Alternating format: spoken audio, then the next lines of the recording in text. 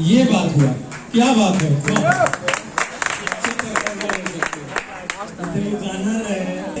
बोला ना क्या काम बोला ना।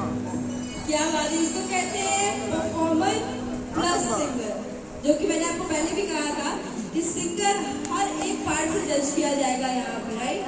आप जितना एंजॉय करते हैं, आप किस तरीके से अपने आप को प्रेजेंट करते हैं। तो चलिए नेक्स्ट गाना चाहूंगी भरत भोजपुरिया। इसके बाद रेडी रहेंगे मुन्ना नमूना एंड देन पीयूष राज।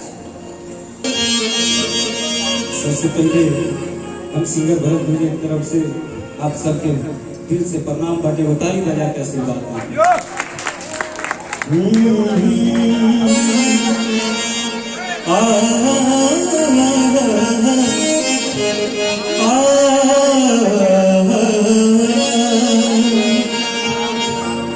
और सनहिया लगा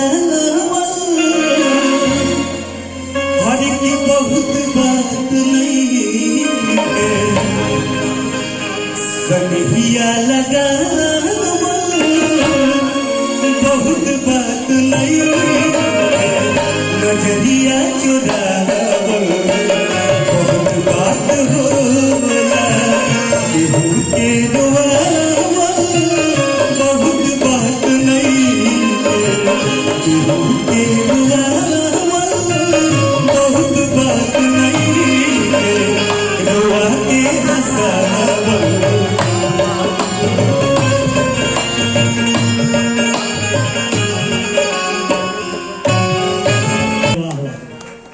क्या मतलब मुर्गी लगा रहे थे यार, कैसे एक बार फिर से सुर भी परफेक्ट था, बहुत बढ़िया। क्या हो गई?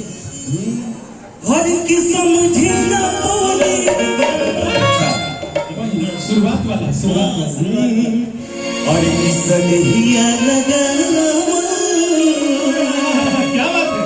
हर की बहुत बात नहीं है, बहुत बढ़िया।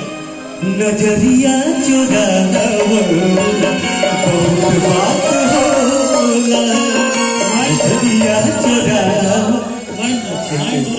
बहुत अच्छा, बहुत सुंदर। Thank you.